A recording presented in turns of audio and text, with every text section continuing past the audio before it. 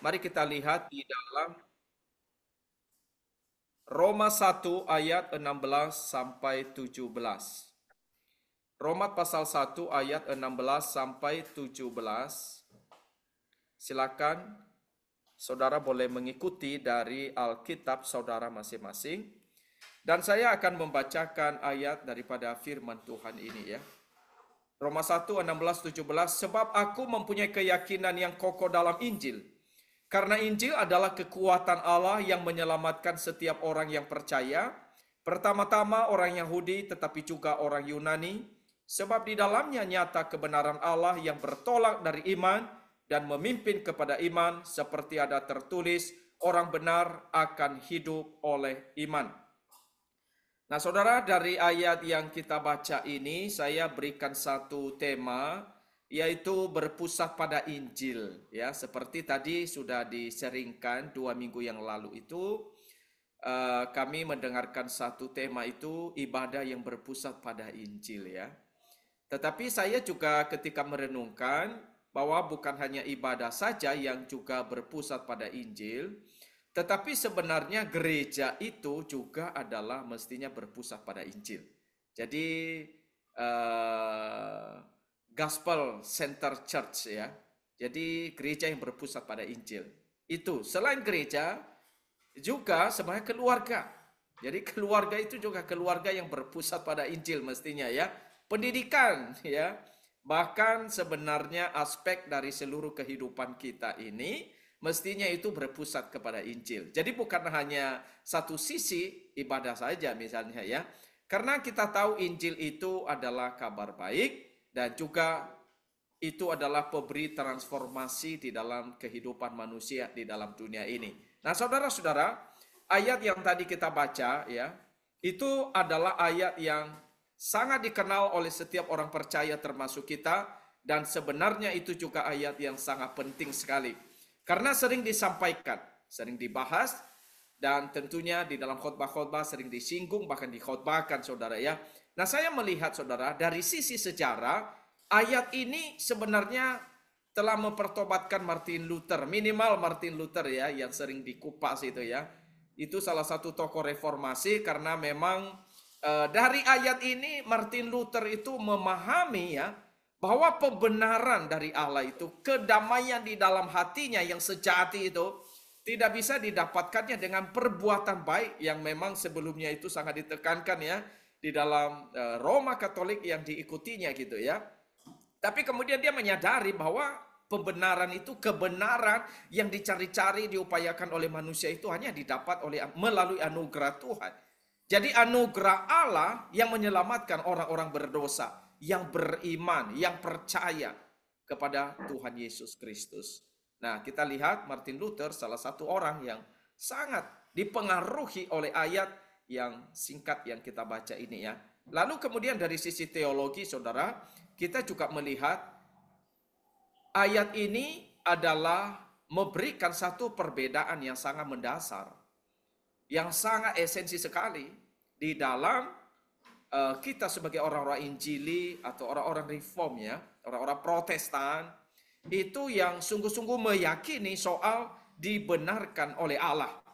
Ya, berbeda misalnya dengan Roma Katolik ya, termasuk dengan agama lain dan termasuk dengan Yudaisme misalnya ya, yang di dalam mereka untuk mendapatkan pembenaran itu ditambahkan dengan perbuatan baik. Jadi seolah-olah syarat untuk kita dibenarkan Tuhan itu plusnya itu ada perbuatan baik kita. Tapi kita tentunya sangat berbeda. Dari sisi teologi kita meyakini itu hanya anugerah dari Tuhan. Pembenaran itu oleh Allah.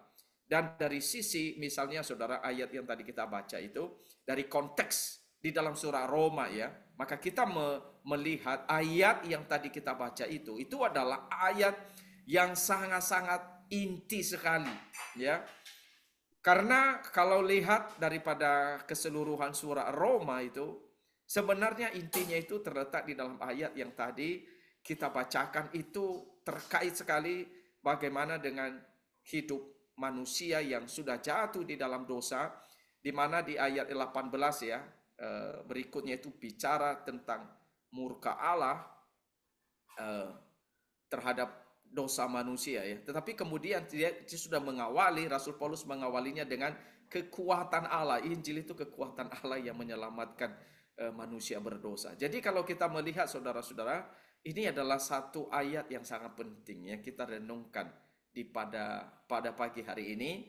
Semoga nanti ayat ini boleh menolong kita untuk melihat bahwa memang Injil itu adalah hal yang sangat sentral di dalam kehidupan seluruh umat manusia, termasuk di dalam gereja Tuhan dan di dalam segala aspek kehidupan kita. Nah, kita akan melihat saudara, poin yang pertama yang saya ingin ajak kita melihat adalah kenapa Paulus itu berkata, aku tidak malu terhadap Injil.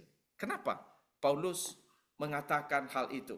Mungkin saudara di dalam terjemahan yang sekarang saudara ya, itu kita melihat itu Paulus berkata aku mempunyai keyakinan yang kokoh saudara ya.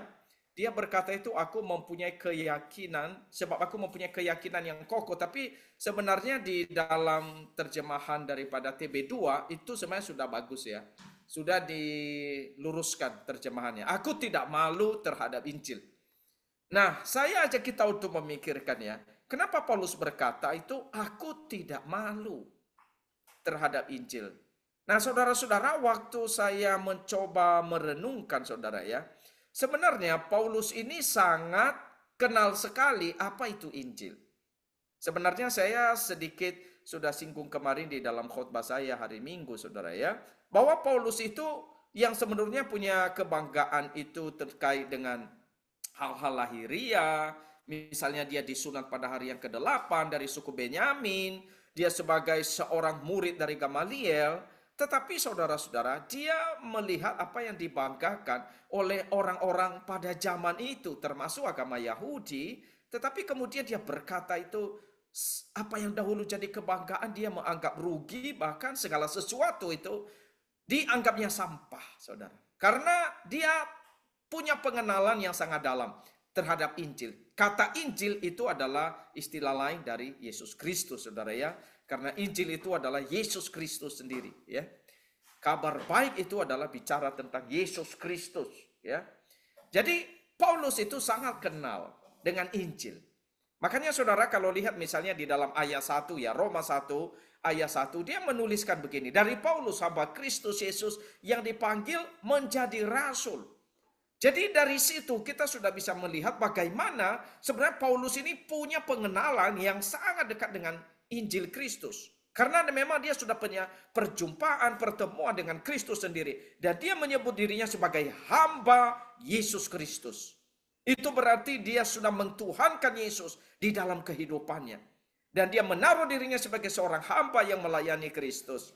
Dan dia berkata hamba Rasul Yesus yang dikuduskan dengan tujuan apa? Memberitakan Injil Allah. Jadi ini sangat dipahami sekali oleh Rasul Paulus. Apa itu Injil? Dia berkata Injil itu telah dijanjikannya sebelumnya dengan perantaraan nabi-nabi dalam kitab-kitab suci. Jadi Paulus sangat memahami tentang Injil ini bagaimana di dalam zaman PL saudara. Dan isi daripada Injil dia tahu. Injil itu adalah tentang anaknya. Tentang siapa? Yesus Kristus. Yang menurut daging telah diperanakan dari keturunan Daud dan menurut Roh Kekudusan dinyatakan oleh kebangkitan Yesus Kristus dari antara orang mati, bahwa Yesus adalah anak Allah yang berkuasa, Yesus Kristus Tuhan kita. Jadi Paulus sangat kenal sekali ya, justru ini yang diberitakannya, ini yang terus disampaikannya. Sehingga saudara-saudara, kalau kita lihat Paulus berkata aku tidak malu. Dia tidak malu karena dia sangat kenal. Jadi ketika Paulus berkata dia tidak malu berarti secara psikologis, secara perasaan. Meskipun mungkin banyak orang melihat Injil itu seperti sesuatu yang sederhana. Sesuatu yang barangkali mungkin sulit dipertahankan secara rasional mungkin ya. Yang barangkali mungkin Injil itu dianggap sebagai sebuah kebodohan, sebagai batu sandungan. Kalau saudara misalnya lihat di dalam 1 Korintus itu dianggap sebagai kebodohan, batu sandungan ya. Tetapi Paulus sendiri tidak malu secara psikologis meskipun Injil dianggap seperti itu. Bahkan dia juga tidak malu secara sosial. Meskipun mungkin mengalami penolakan, Paulus berkali-kali menghadapi hal ini. Menghadapi penderitaan, penganiayaan. Kalau kita melihat di zaman sekarang, penolakan itu adalah sesuatu yang disebut sebagai aib. Karena kalau kita ditolak di dalam lingkungan komunitas kita, saudara, kita dikucilkan. Ada orang-orang tertentu ketika mereka ikut Kristus, mereka dikucilkan. Itu kan semacam aib ya. Secara sosial itu aib. Sesuatu yang menyedihkan sekali. Tetapi bagi Paulus, meskipun dia ditolak secara sosial, dia tidak takut. Dia tidak malu, saudara. Nah, kenapa Paulus tidak malu? Karena Paulus itu sangat paham sekali apa itu Injil, saudara. Dan dia berkata, Injil itu apa? Dia berkata, Injil itu adalah kekuatan Allah. Makanya dia tidak malu, saudara-saudara.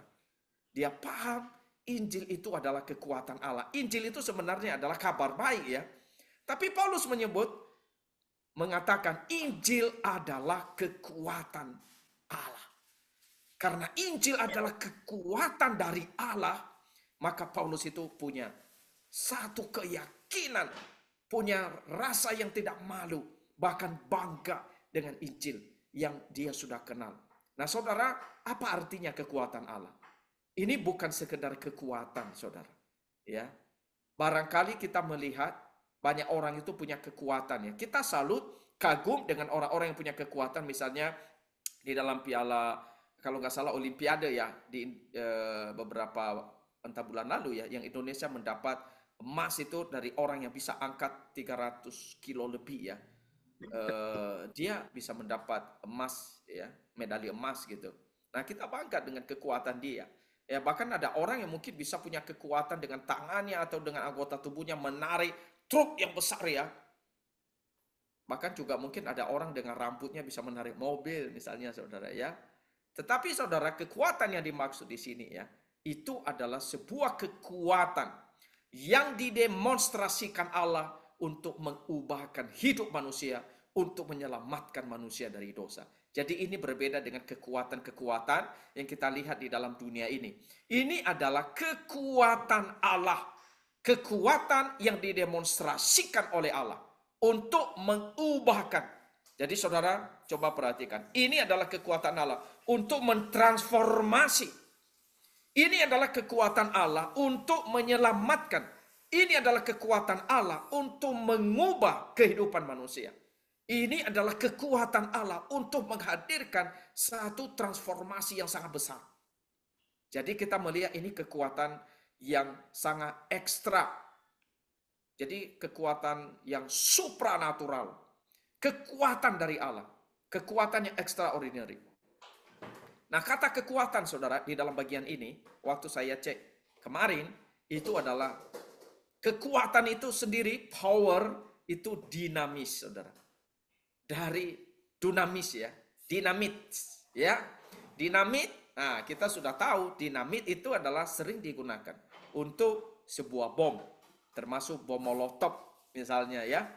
Jadi itu punya daya ledak, saudara, yang sangat dahsyat. Ini baru-baru ini di Lebanon ada bom pagar yang meledak ya. Sekarang mereka menuding Israel gitu ya, yang menewaskan 37 orang gitu ya. Jadi ini satu, di dalamnya itu pasti ada dinamit, saudara ya, yang bisa membuat itu punya daya ledak begitu dahsyat begitu. Jadi kalau kita melihat bom itu walaupun kecil misalnya bom molotov itu ya, tapi karena ada dinamit, ada kekuatan, ada semacam ada kuasa di dalamnya, itu bisa boom gitu ya, meledak dengan dahsyat, menghancurkan gedung-gedung ya yang besar itu, karena memang ada kekuatan di dalamnya. Nah, seperti dari kata itulah, jadi ada kekuatan dari Allah yang sangat dahsyat, tapi kekuatannya melampaui kekuatan molotov. Ini adalah kekuatan yang sangat dahsyat, kekuatan yang mengubahkan hati manusia, walaupun hatinya seperti batu, hidupnya sangat-sangat mungkin keras sekali, tapi kekuatan dari Allah melampaui kekuatan itu. Itu adalah satu kekuatan yang bisa menghancurkan, satu kekuatan yang bisa mematikan, satu kekuatan yang bisa mengubah, mentransformasi, saudara. Jadi ini satu kekuatan yang punya daya jangkauan yang luas, punya daya pengaruh yang tidak bisa dibendung oleh apapun. Jadi Injil itu benar-benar kekuatan Allah yang sangat dahsyat untuk mengubahkan hidup manusia. Itulah Injil, saudara. Nah, demonstrasi daripada kekuatan Injil ini, kita misalnya bisa melihat di dalam kehidupan Rasul Paulus ya. Rasul Paulus itu menyebut diri sebagai pendosa. Jadi dia punya satu kehidupan yang benar-benar membenci Kristus, membenci pengikut Tuhan Yesus, membenci Allah, dan hatinya dipenuhi dengan satu kekuatan dari hukum Taurat yang menolak setiap ajaran dan tindakan dari Kristus. Dan kita melihat bagaimana kekuatan daripada Rasul Paulus yang sangat radikal, yang tentunya sangat ini ya, kalau kita lihat itu ya memang seorang yang radikal sekali ya. Tetapi saudara, kita melihat Injil itu kekuatan Allah, dan Injil yang adalah kekuatan Allah bisa mentransformasi kehidupannya. Dan tentunya saudara, bukan hanya dalam diri Rasul Paulus kita melihat demonstrasi daripada kekuatan daripada Injil. Kita juga bisa melihat dari pertobatan jiwa-jiwa yang hari ini kita bisa saksikan, misalnya ya, yang sudah bertobat, mereka yang sudah dibaptis, yang bahkan mereka yang aktif dalam melayani Tuhan, memberi diri, mereka dipakai oleh Tuhan. Nah saudara, itu adalah kekuatan demonstrasi daripada Injil yang disebut adalah kekuatan Allah. Jadi ini kekuatan besar yang bisa merubah hati manusia, termasuk diri kita sebenarnya ya. Siapa yang bisa mengubah hati kita ini saudara, untuk mau melayani Tuhan, untuk mau berkorban, untuk mau melayani, untuk mau dipakai oleh Tuhan, untuk rela kita menyangkal diri, rela memikul salib, rela melimit diri kita saudara-saudara. Saya kira itu adalah kekuatan dari Injil Allah ini. Dan itu yang telah mentransformasi kita. Jadi kalau kita melihat Injil itu kekuatan Allah yang betul-betul memang punya kuasa yang luar biasa. Sehingga saudara-saudara, kita bisa menarik satu kesimpulan ya, bahwa sebenarnya berita Injil itu adalah bukan hanya sekedar sebuah informasi. Bukan hanya sebuah informasi yang didapat, yang kita sampaikan saudara. Tetapi Injil itu juga adalah, selain dia memberikan satu informasi, tetapi Injil itu adalah memberikan inspirasi. Dan selain memberikan inspirasi bagi manusia, Injil itu juga adalah mentransformasi. Jadi Injil itu mengubahkan saudara. Dia punya kekuatan. Injil itu punya kekuatan untuk bisa mengubahkan, mentransformasi. Maka saudara, pemberitaan Injil itu bukan hanya sebenarnya membuat keselamatan menjadi mungkin saudara-saudara, tetapi juga mempengaruhi. Injil itu mempengaruhi. Dan Injil itu menentukan keselamatan daripada setiap manusia berdosa. Dan Injil itu menentukan orang ini dipilih Tuhan atau tidak saudara ya. Jadi kita bisa melihat ya, Injil itu mengandung kuasa, memiliki kuasa untuk menyelamatkan manusia.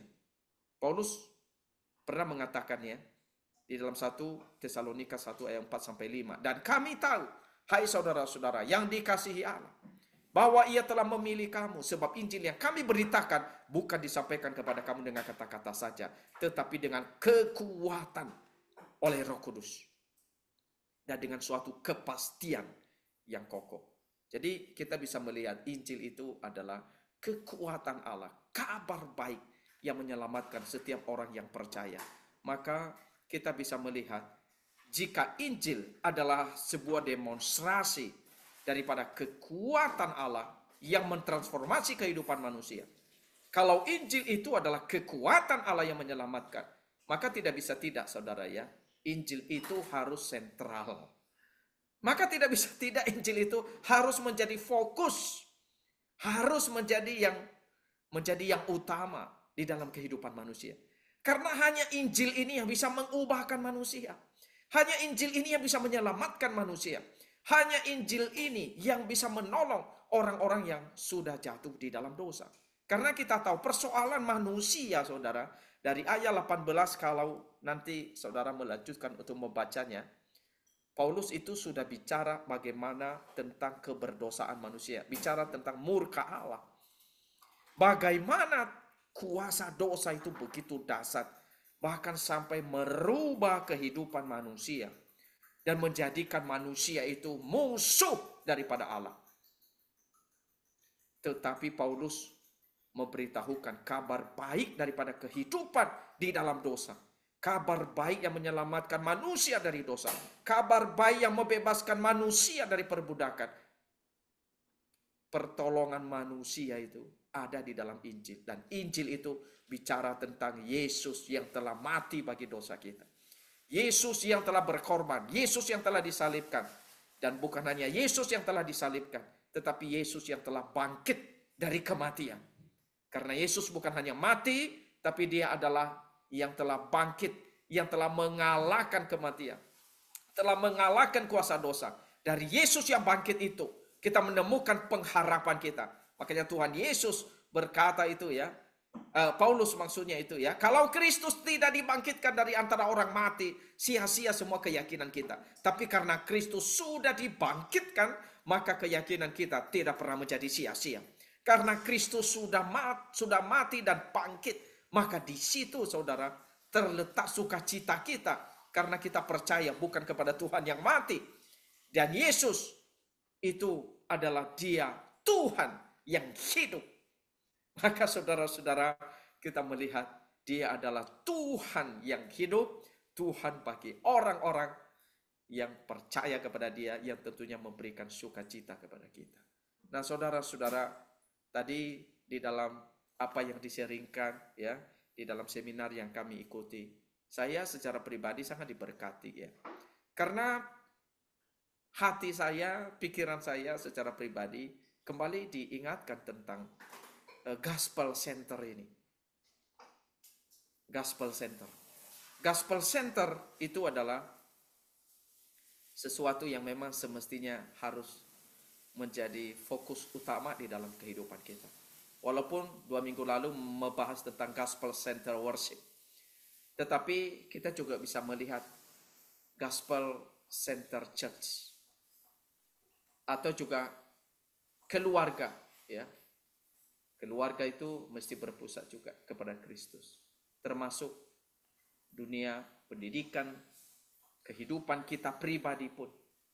Seperti di dalam khotbah yang minggu lalu juga saya diingatkan secara pribadi. Bahwa apa yang dahulu dianggap sebagai kebanggaan. Bahkan segala sesuatu bagi Paulus itu dianggap sebagai sebuah kerugian. Bahkan disampahkannya, dianggapnya sebagai kotoran. Kenapa? Karena Paulus itu sebenarnya punya pengenalan kepada Kristus. Karena dia hidupnya itu adalah berfokus kepada Kristus. Dan Injil Kristus, Kristus itu adalah sentral daripada kehidupannya. Sentral pemberitaannya. Sentral daripada setiap hal yang dilakukannya. Dan kita merindukan saudara, di dalam setiap pelayanan kita, sentral pelayanan kita itu adalah Injil yang luar biasa ini.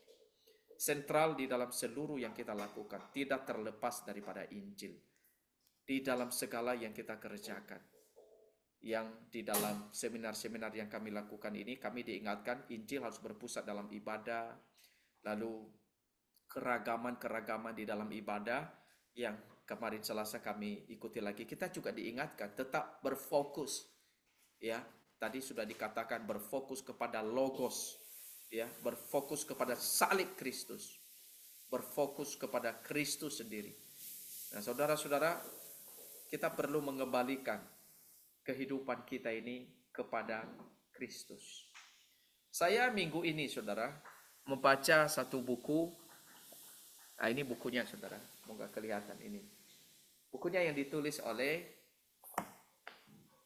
Pak Yadi S5. 8 meditasi tentang manusia.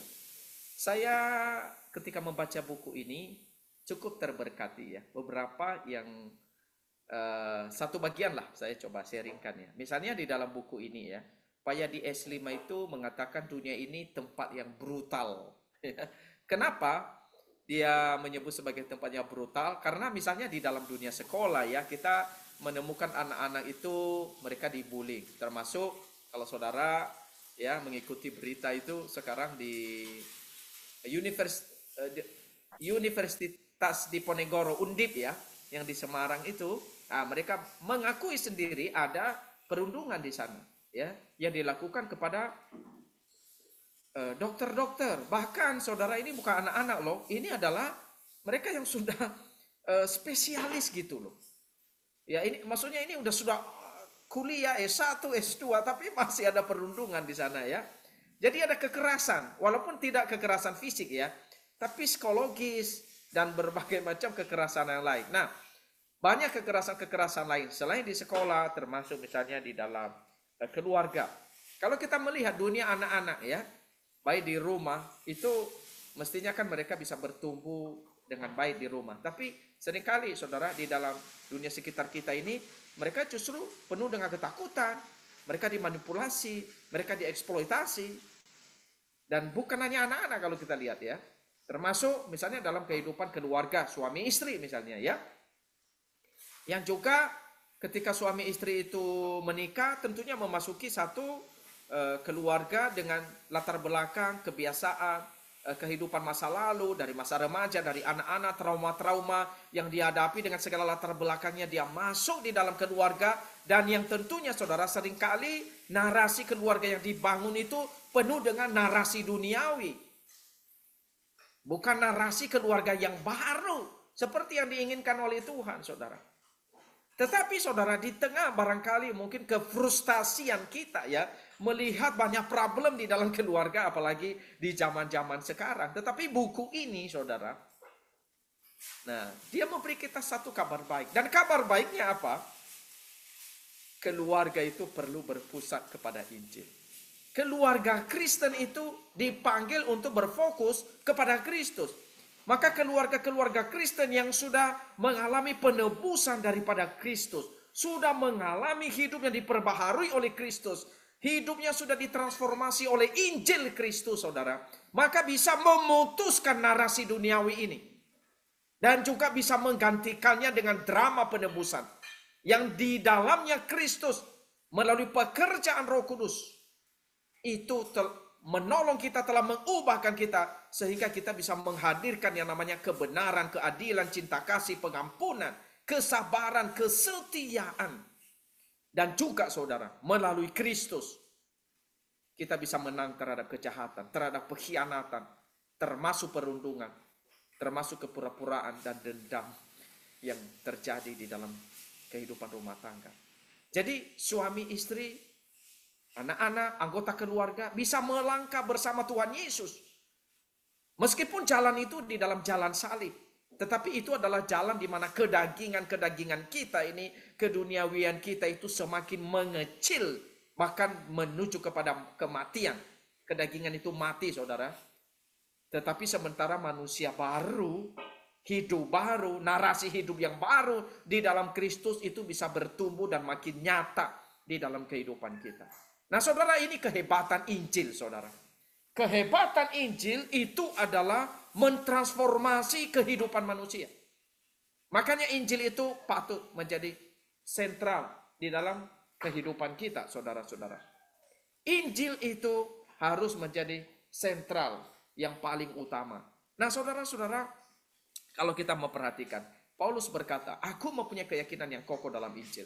Karena Injil adalah kekuatan Allah yang menyelamatkan setiap orang yang percaya. Pertama-tama orang Yahudi tapi juga orang Yunani. Sebab kenapa saudara? Injil adalah kekuatan Allah. Sebab di dalamnya itu nyata kebenaran Allah. Jadi selama ini apa yang tersembunyi itu sekarang nyata. Apa yang sebelumnya tidak terlihat, tetapi sekarang nyata, terlihat. Nyata itu maksudnya saudara, sebelumnya tersembunyi, tapi sekarang nyata, terlihat. Nyata itu berarti sekarang bisa dilihat, bisa dialami, bisa dirasakan. Sesuatu yang sebelumnya tersembunyi, sesuatu yang rahasia, tapi sekarang nyata, bisa dibaca.